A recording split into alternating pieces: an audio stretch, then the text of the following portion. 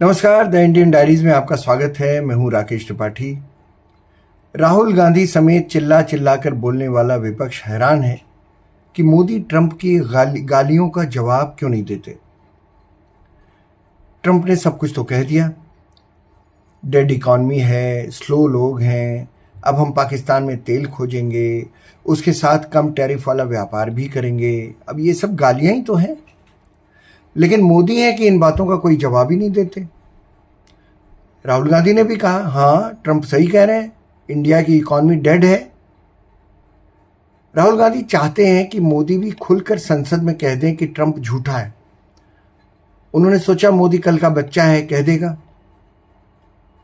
विपक्ष में रहते हुए चीनी राजदूत को घर बुलाकर उससे ब्रीफिंग लेना और देना उन्हें सही डिप्लोमेसी लगती है, और ट्रंप को गालियां सुना देना भी उनको डिप्लोमेसी लगती है।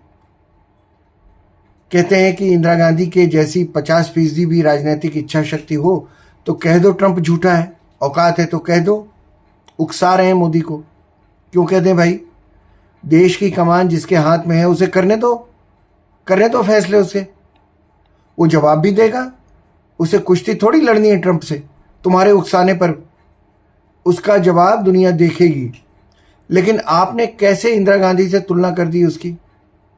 अब तो इंदिरा की उस चिट्ठी का हवाला दिया जा रहा है जिसमें उन्होंने निक्सन से रिक्वेस्ट की थी कि वे पाकिस्तान हमले के समय भारत की मदद करें।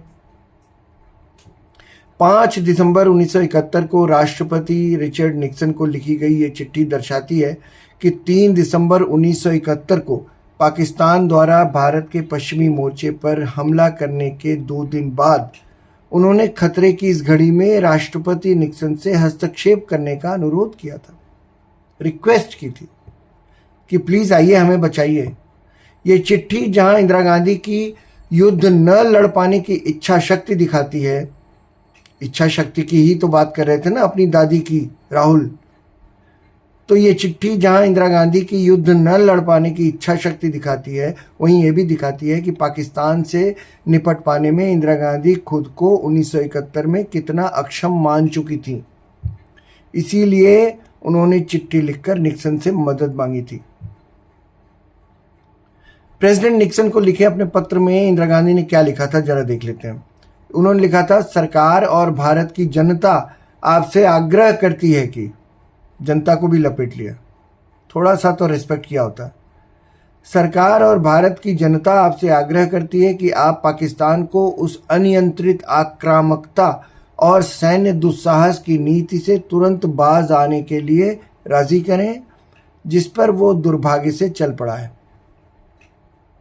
ये है चिट्ठी, नेशनल आर्काइव में है, निक्सन प्रेसिडेंशियल मटेरियल में, आप चाहें तो देख सकते हैं। उसके मुताबिक तत्कालीन प्रधानमंत्री ने यह भी लिखा था, जरा देखिएगा, वर्डिंग्स देखिएगा। क्या मैं महामहिम से अनुरोध कर सकती हूं कि आप पाकिस्तान सरकार पर अपने प्रभाव का प्रयोग करके भारत के विरुद्ध उनकी आक्रामक गतिविधियों को रोकें। महामहिम से अनुरोध कर रही हैं आयरन लेडी। वाह, क्या भाषा है आयरन लेडी की।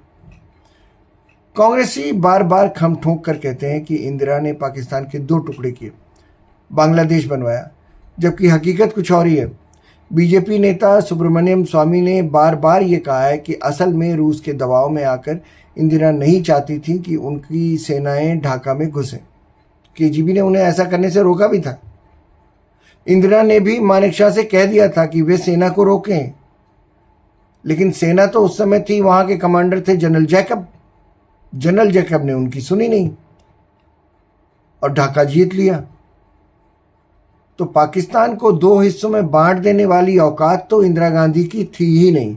बांट देने वाले तो थे जनरल जैकब, जिनके खिलाफ इंदिरा गांधी ने लड़ाई खत्म होने के बाद केजीबी को खुश करने के लिए कोर्ट मार्शल की कार्रवाई के आदेश भी दिलवाए थे।